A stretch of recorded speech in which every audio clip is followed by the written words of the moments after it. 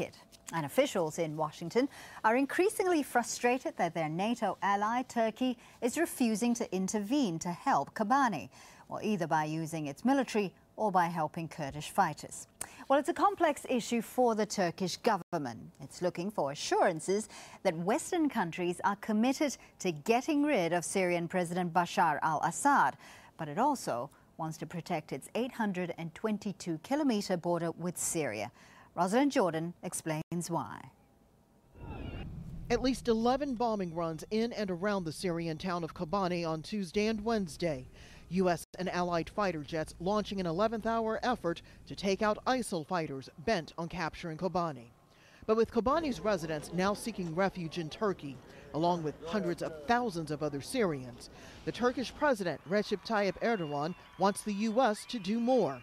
He wants a buffer zone inside Syria to send the refugees back and to protect Turkey from an ISIL attack. The French President François Hollande endorsed the idea on Wednesday, and the U.S. Secretary of State seemed open to the idea. If Syrian citizens can return to Syria and be protected in an area across the border, there's a lot that would commend that. But at the same time, you'd have to guarantee safety, guarantee there wouldn't be attacks by the government, other kinds of things would have to happen. So it needs a thorough examination. We're all in favor of looking at this very closely. But Kerry's comments appear to be out of step with the rest of the Obama administration.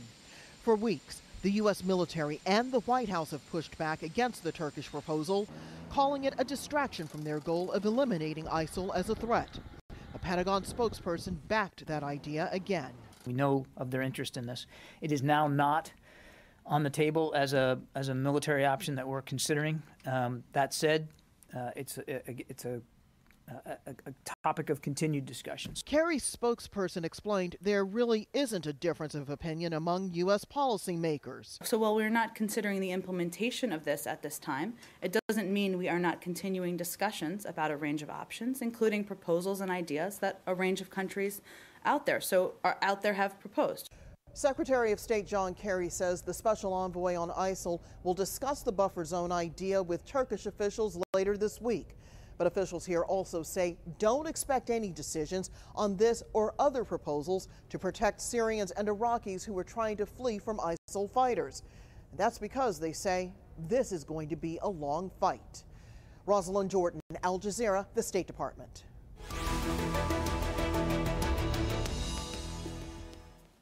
Well, differences of opinion between the U.S. and Turkey reflect differing goals, and the U.S. is concerned mainly with the ISIL advance. But Turkey's concerns lie much closer to home. Well, Kurdish fighters aren't asking for Turkish military intervention, but they do want Turkey to allow weapons and reinforcements across the border to Kobane. And that troubles the Turkish government. It fought a long war with Kurdish separatists who are affiliated with Kurdish fighters in Syria. And the Turks seem reluctant to help Kurdish fighters who they believe may cause trouble for them later on. But that reluctance is already causing trouble at home. Kurds living in Turkey are furious over Turkey's inaction and have fought with police over the last few days. Well, to discuss this even further, let's bring in our guests now. And in Istanbul, Akin Unver is Assistant Professor of International Relations, Kadir Has University from Istanbul. In Washington, D.C., Lawrence Korb joins us. He is the former U.S. Assistant Secretary of Defense. And joining us on the phone from Suruç in Turkey is Idris Nasan. He's a Syrian Kurdish official in Kobane, as well as the leader in the Kurdish Syrian Democratic Party. Gentlemen, thank you so much for being with us. Now, Mr. Korb, if I could start with you first. Let's talk about why Turkey is setting out or outlining these conditions before they actually join the coalition. What's the motive behind this? Are they stalling for time, or are they using the situation as leverage?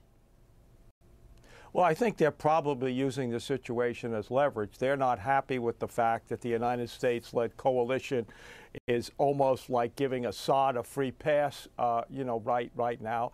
They're also concerned about what the fight about Kobane will mean to the future of Kurds in in Turkey. And so I think they're trying to get those sorted out before they make a definite commitment to send ground troops. They're also concerned about why the U.S.-led coalition is saying that they won't send ground troops at all into Syria. Akit Unver, is it fair that Turkey sets out these conditions before joining the coalition? I think there's a big divergence of opinion between Washington and other Western capitals and Ankara with regard to how best to combat ISIL. I think this divergence comes from the fact that Ankara has an entirely different view on why ISIL happened, and Ankara's narrative is that, you know, Assad on the one hand and Maliki in Iraq on the other hand are basically the main culprits of why ISIL happened. And basically that's why Turkey is making these criteria and underlining these, prerequisites. I think it's trying to affirm or get some sort of guarantee that its version of the events are shared by at least Washington. And those events is basically ISIL is basically not a reason. It's basically the cause of another reason, and that's basically Assad and Maliki. So Turkey will try to. Turkey is making the case that to get rid of ISIL, you first have to get rid of all the components that created ISIL in the first place, and that means basically fighting with Assad and basically isolating Assad into a south enough zone that it won't bother the north. It's certainly a very complex issue. Now I want to throw my next question to Idris Nassan, who joins us on the phone. You are in Suruç at the moment. You are closest to the fighting in Kobane, closest to the Turkish border there. Just explain to us, can Turkey really afford to outline its conditions with the fighting so close to its border?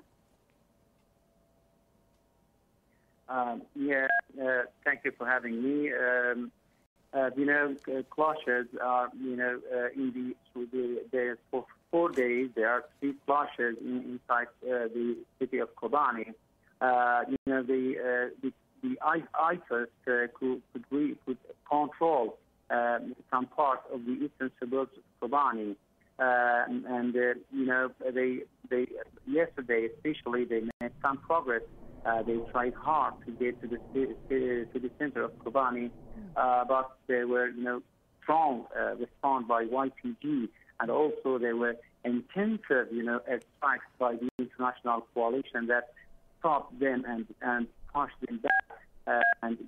YPG in the last hours of the day, pushed them back and made some progress against them. Now they are not, on the close to the. Right. Idris, let me just interrupt you here and say you're explaining to us where the fighting is at the moment. Just paint for us this picture. What happens if Kobane falls? What happens? Let's just say what happens that ISIL is able to overrun Kobane and get its fight right up to Turkey's border. What happens then? Yeah, of course. The ISIS is preparing for this battle, maybe for a long time when they were, they invade many places inside Iraq, controlled many military places, and, seized a lot of heavy weaponry also inside Syria.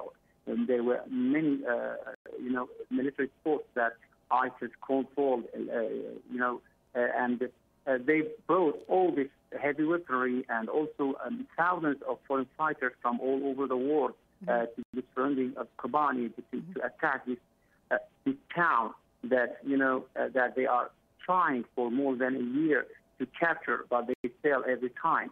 And also, we have to know that there's another reason, which is a political reason by the neighboring countries, especially Turkey, and the Turkish government give a blank eye to the crossing of help and foreign fighters to ISIS inside Syria. Right.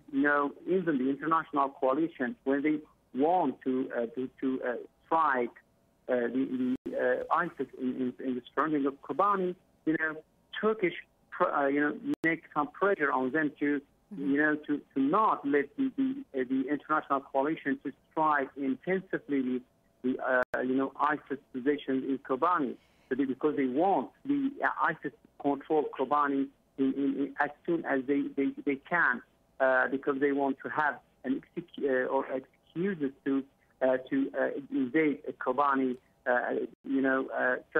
Idris, I'm just gonna ask you to just hang on a minute, and I want to throw this next question to